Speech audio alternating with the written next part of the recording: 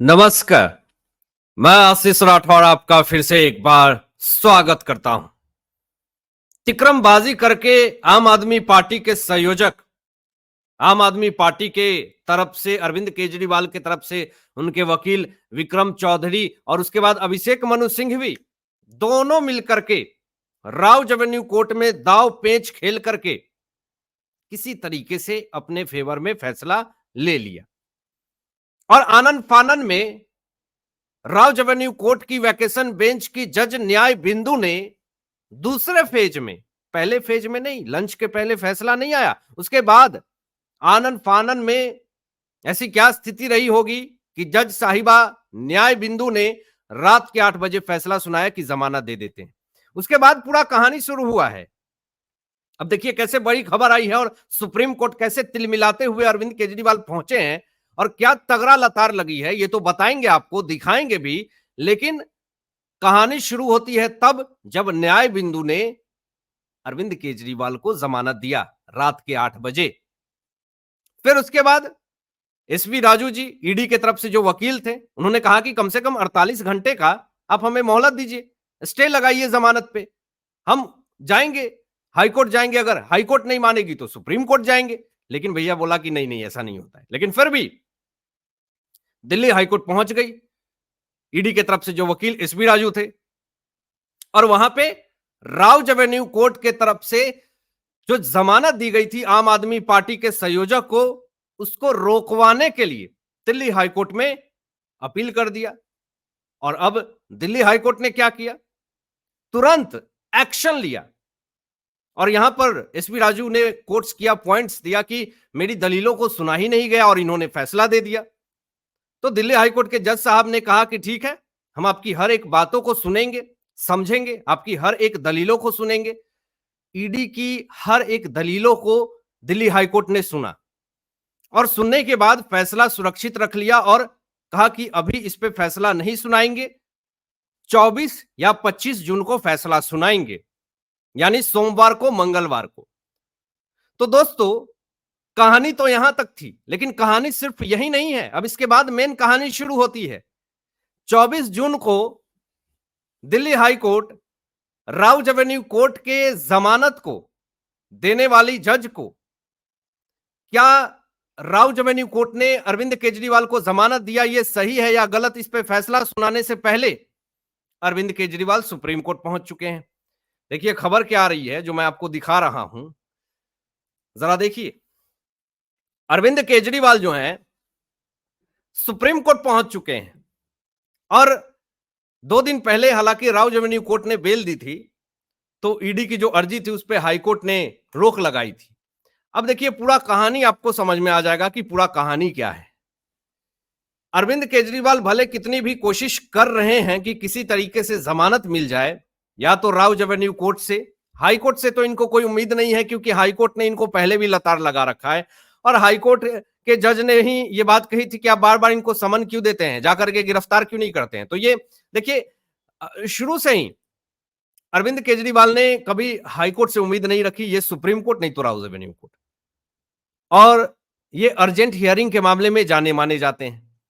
जब 21 मार्च को इनको गिरफ्तार किया गया था तो सुप्रीम कोर्ट पहुंच गए और रात को ही तो सुप्रीम कोर्ट ने कहा कि अभी हम आपकी मामले की सुनवाई नहीं करेंगे, कहा कि प्लीज सुन लीजिए नहीं तो गिरफ्तार हो जाएंगे वो।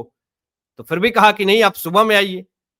तो अभी फिर से राव एवेन्यू कोर्ट की जमानत पे रोक लगाने वाली याचिका जो कि दिल्ली हाई कोर्ट में डाली गई है, उसको चुनौती देने के लिए जो सुप्रीम कोर्ट में याचिका लेकर के आम आदमी पार्टी के संयोजक पहुंचे हैं, उसकी सुनवाई अर्जेंट में ये चाहते हैं, सुबह सुबह ही चाहते हैं। तो भैया ये चाहते हैं कि जब दिल्ली हाईकोर्ट का फैसला है उससे पहले सुप्रीम कोर्ट हमें राहत दे दे।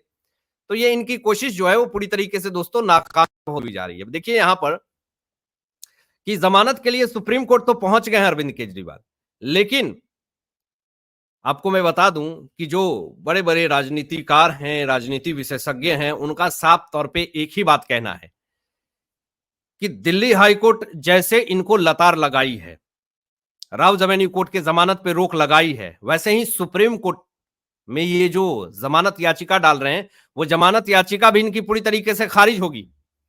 सोशल मीडिया पे भी यही चीजें चल रही है, सोशल मीडिया पे भी लोगों का दावा यही है, लोग मांग कर रहे हैं कि अरविंद केजरीवाल को जमानत नहीं मिलना चाहिए, सुप्रीम कोर्ट से भी इनकी जमानत याचिका खारिज होनी चाहिए, हाई कोर्ट से भी इनकी जमानत याचिका खारिज होनी चाहिए। अब दोस्तों यहां पर देखिए पूरा मामला आपको समझ में आ जाएगा कि मामला आखिर है क्या। देखिए जरा देखिए, आपको स्क्रीन पे शेयर कर रहा हूं मैं। दिल्ली के सीएम अरविंद केजरीवाल ने जो दिल्ली हाईकोर्ट द्वारा जो उनकी जमानत पर जो रोक लगाई गई उनके खिलाफ ये सुप्रीम कोर्ट में जो याचिका दायर इन्होंने कर दी है, किया नहीं है, कर दी है। और यहां पर अरविंद केजरीवाल के जो वकील है कल सुबह सुनवाई की अपील कर रहे हैं। यह आम आदमी पार्टी जो है वो दावा कर रही है। अब देखिए आम आदमी पार्टी का सीधा यही सोचना है कि अरविंद केजरीवाल जो है वो किसी तरीके से जेल से बस रिहा हो जाएं, चाहे कोई तिकरमबाजी अपना ले, चाहे कितनी कोशिशें कर ले, लेकिन कहीं से भी राहत मिलती हुई नहीं दिख रही है। खबर तो यह भी आ रही है दोस्तों कि सुप्रीम कोर्ट जो है इन्फोर्समेंट डायरेक्टोरेट की एक एक दलील को सही मान रही है। ऐसा मैं क्यों कह रहा हूं? एक एक दलील को सही मानने का मतलब आप समझ रहे हैं कि सुप्रीम कोर्ट अगर इन्फोर्समेंट डायरेक्टोरेट की एक एक दलील सही मान रही है, इसलिए भी यह बात कहा जा रहा, क्योंकि देखिए पहले भी इन्फोर्समेंट डायरेक्टोरेट ने, एसवी राजू जी ने सुप्रीम कोर्ट में एक एक सबूत अरविंद केजरीवाल के खिलाफ जो फाइल है वो जज साहब को प्रस्तुत कर चुका है और सुप्रीम कोर्ट ने उस पर पूरी तरीके से न्यायिक मोहर लगा दी है। और इसलिए मैं ये बात कह रहा हूं, और इसलिए सुप्रीम कोर्ट भी इस बात को मान रही है कि इन्फोर्समेंट डायरेक्टोरेट की एक एक दलील अरविंद केजरीवाल के खिलाफ बिल्कुल सही है। और अगर ऐसा होता है तो अरविंद केजरीवाल को निलंबित करने की मांग जो है वो उठ रही है और कुर्सी भी इनकी जा सकती है, ऐसा भी दावा किया जा रहा।